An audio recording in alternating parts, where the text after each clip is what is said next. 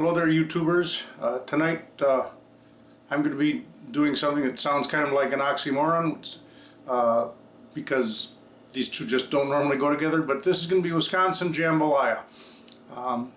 Jambalaya is from Louisiana or maybe Mississippi, but this is going to be Wisconsin Jambalaya because I'm in Wisconsin, and I'm in the Green Bay area, and that has a fine history of the French Canadians having been here before the English and the Americans took over, so why not? And later on, as we're going through this, I may give you a little bit of the history of the French Canadians in this area. But for now, let's get started with the cooking. And what I've got is, I've already chopped up a whole green bell pepper and 2 medium-sized onions. The recipe that I follow is one of Paul Prudhomme's, and he called for 1.5 cups of each of those. Then I've got 3 stalks of celery, and I'm going to chop that up. All of which will give me, when I'm done, the Cajun Trinity. Most of the Cajun recipes that I've tried I've liked, so we'll hope that this turns out. Now, his recipe calls for me to fry this stuff up in oleomargarine. Not a fan of oleomargarine, never particularly have been, but I'm thinking we can get some grease out of a couple good slices of Nusske's bacon. Oh, doesn't that look fantastic? I tell you, you almost want to just eat it as is, but we'll start this frying up. And I just turned the heat on underneath my Dutch oven on the stove, and we'll get this in there, and then we'll add the veggies to that and start sauteing them or frying it all up. So come on over a little bit closer.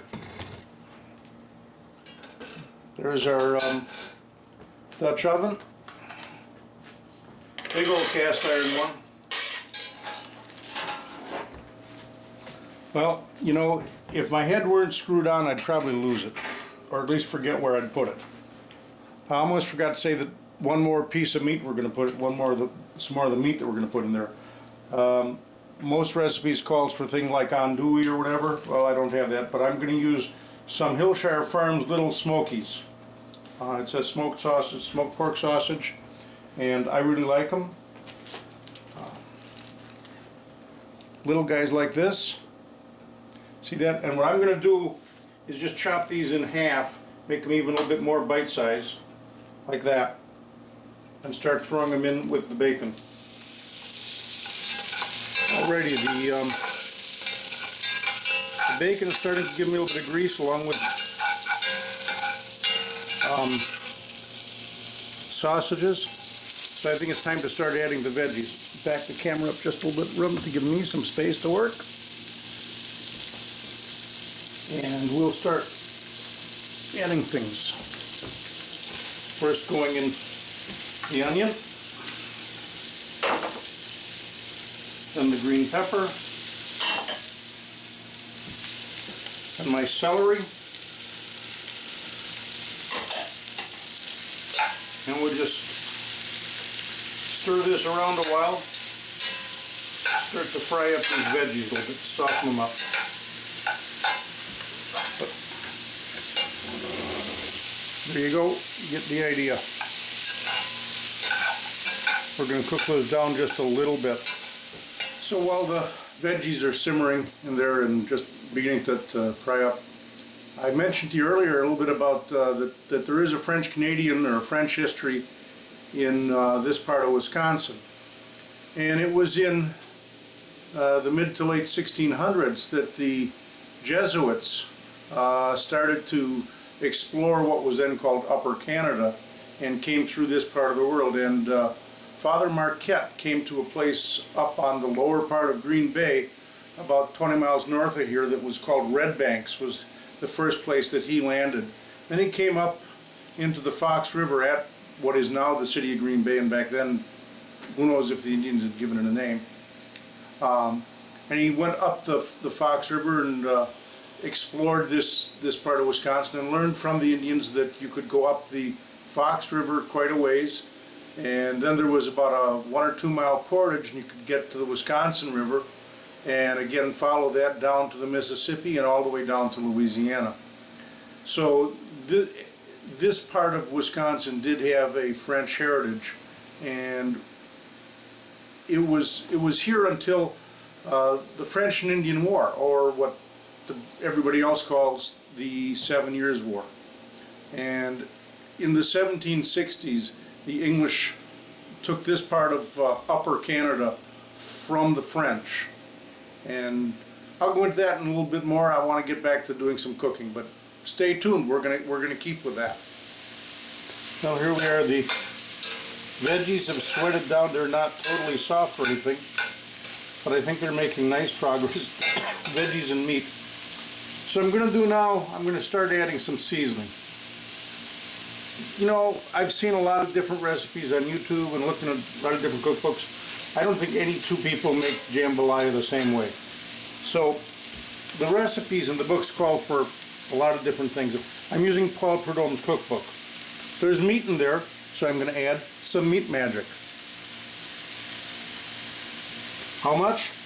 Oh, I don't know.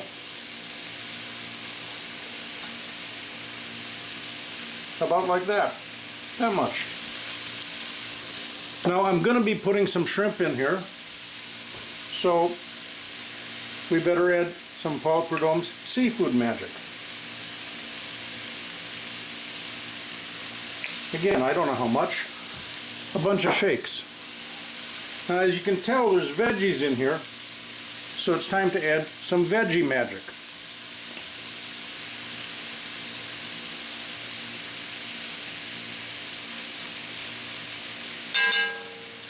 I'm probably going in the neighborhood of 1 or 2 teaspoons of each of those. Now, let's move over and something new I've found recently. I've seen it on YouTube channels before. JB uses this stuff a lot. Slap your mama. I'm going to add a little bit. How much? I don't know, about this much.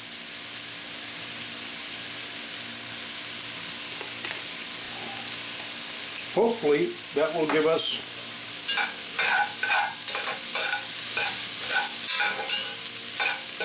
some nice flavor.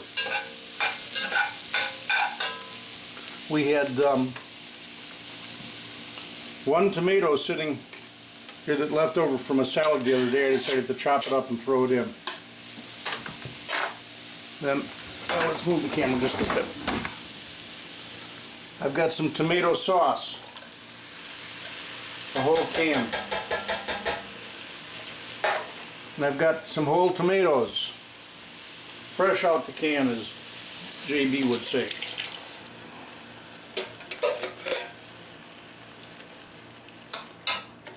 Then I'll probably take my knife and try and cut those a little bit.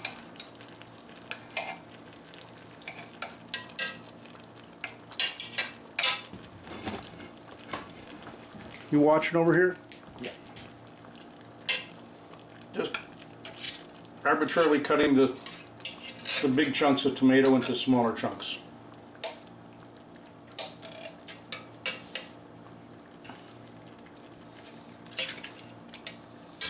And finally, the recipe calls for stock of some sort. And last fall we made some seafood stock. Seafood stock dated 10/13. It's still pretty well frozen. In fact, I'm going to have to run this under the sink. Okay, seafood stock. It was made out of some veggies and some shrimp shells and some crab shells, if I remember correctly. I think we even had a couple of crawfish that we managed to pick up the shells at the local grocery store. They've probably been frozen, but some seafood stock, and we're going to put the lid on and just let this work its way through and melt that stock. So I was telling you a little bit about the French being in the Green Bay area until the 1760s. At close to the end of the French and Indian War, the British took over a number of the French forts in what was then called Upper Canada, including the Green Bay area. The French had called this area La Baie Verte, and the British moved in the in 1761, in late in the fall, probably in late October. And there was a very small British contingent that came up to Green Bay, headed by an ensign in the British Army, Ensign James Gorrell. He was a member, his unit was a member of the 60th Regiment of Foot, the Royal American Regiment. They'd been formed at the beginning of the French and Indian War from colonists who decided to fight for the crown against the French to win more of North America for the English crown as opposed to the French crown. And Ensign Gorrell came to the Green Bay area and thinking he'd move into an old French fort. It wasn't there. The French had, their method of construction was not real good. The French fort was in ruins effectively, and the French garrison had chosen, rather than surrendering to the English and possibly being sent back to France because they really were more used to America, they had chosen to go up the Fox, down the Wisconsin and Mississippi, and they moved to Louisiana. So that was the end of the major French presence in northeastern Wisconsin. And from that point on it was British for just a couple of years, and then at Pontiac's Rebellion the British left and it reverted back to Native Americans, mostly Menominees in this area, and that was the end of it until the Americans came in the early 1800s to settle this area. So there's my quick history lesson, along with waiting for our jambalaya to cook a little bit, and as soon as we're ready to put something else in or do something with it, I'll get back to you. Okay, it's jambalaya has had a little time to sit there, and the seafood stock is now fully melted. It's pretty liquidy, so I'm going to add a cup of brown rice. I know a lot of people use white rice. I like brown. Okay, and I also know a lot of people put in more rice. They like it a little bit thicker. They like it a little bit soupier. And that's going to be a while. So we've got it over relatively medium-high heat. Stir the rice in and just bring this up to a boil and let it simmer with the lid on for a while. That's the process at the moment. Now, come up here. Oh, crooked. There we are. And back off. There we are. I was talking to you about Ensign Gorrell, the British officer that was in this part of Wisconsin at the end of the French and Indian War.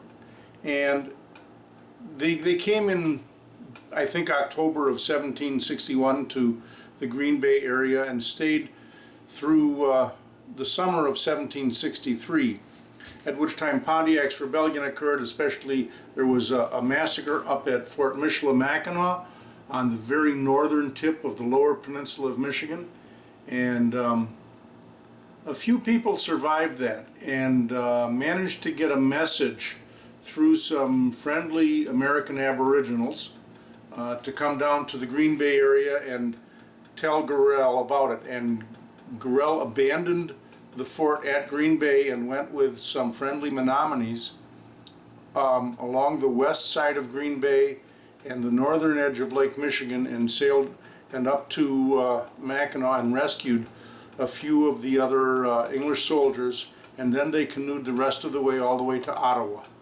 Now, they did the trip from Green Bay to Michilimackinac in 5 days, paddling by canoe along the western and northern edge of the bay and Lake Michigan. I can drive that same trip in 5 hours at 60 miles an hour, approximately. So you can imagine what a long trip this must have been for them. Now, I go a little bit longer because I can't follow the direct route, but still, they must have been just working like the dickens to paddle canoes roughly 40 or 50 miles a day. It's amazing, just amazing to me that they could do that. But anyways, that's the story of the English presence in Green Bay at the end of the time of the French presence in Green Bay, which had been for well over 100 years. So this area does have some early French history, some early English history, in addition to being an American city of reasonable size and fairly well known because of its football team. It's great that I can live here in Wisconsin and find enough ingredients in the middle of the winter to attempt to make jambalaya. The good news is I can find things that ought to go in it. The bad news is I can't find, it's not perfect. Try to get fresh Gulf of Mexico shrimp in Wisconsin this time of year. It cannot be done. I mean, maybe it's some really high-end places that I don't know about, but the grocery stores that I normally frequent, forget it. You get the black tiger shrimp that are from Southeast Asia. So that's what I'm using because that's what I can find. To my mind, it's better than nothing. Other people might say, well, you're better off not even using them. That's your choice, not mine. But I'm gonna use whatever shrimps I can. So I bought some of the black tiger shrimps frozen, and I've cut them into slightly smaller pieces.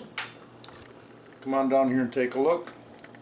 And they're going into jambalaya, which has been cooking for about 35 minutes to cook the rice. I'm also going to put in a can of whole oysters.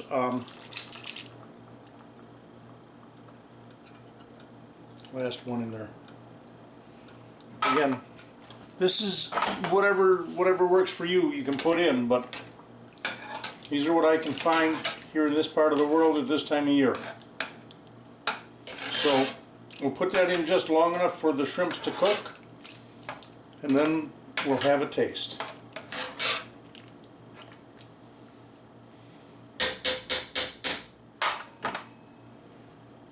There we go. You looking at that? Take a close look.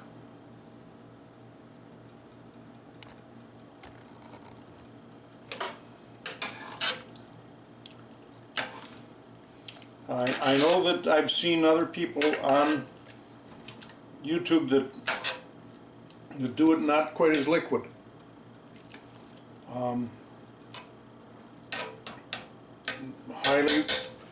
Much more rice and much more dry. But I like it liquid. I like it almost like a very thick soup or stew. So we'll give this a 2 or 3 minutes for that shrimp to get properly cooked through, and then we'll have a taste. And here we are finally after a couple hours work. We've got our jambalaya is done. Let's take a look at it. We can finally turn it off.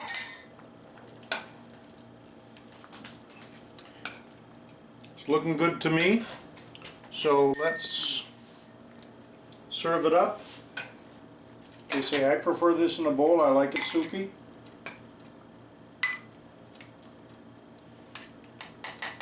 And I may have to leave this cool for a minute. So we'll do that.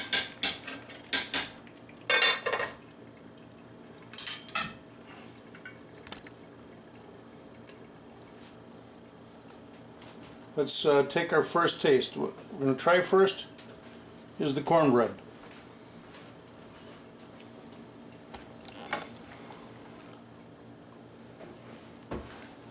Excellent. If you look in there, you can see the little bits of bacon right in the cornbread. That is fantastic. It's a little bit, it has a little bit of a salty flavor to it, and I like that. So that's perfect. That really is perfect. Let's try the jambalaya. It's a little bit hot. Heat hot, not spice hot. But pretty good. Pretty darn good. So, there you go, Wisconsin jambalaya and crackling cornbread. Fantastic winter meal. Thanks for watching. If you like my channel, I would appreciate if you'd subscribe, and we'll catch you the next time around. Bye-bye.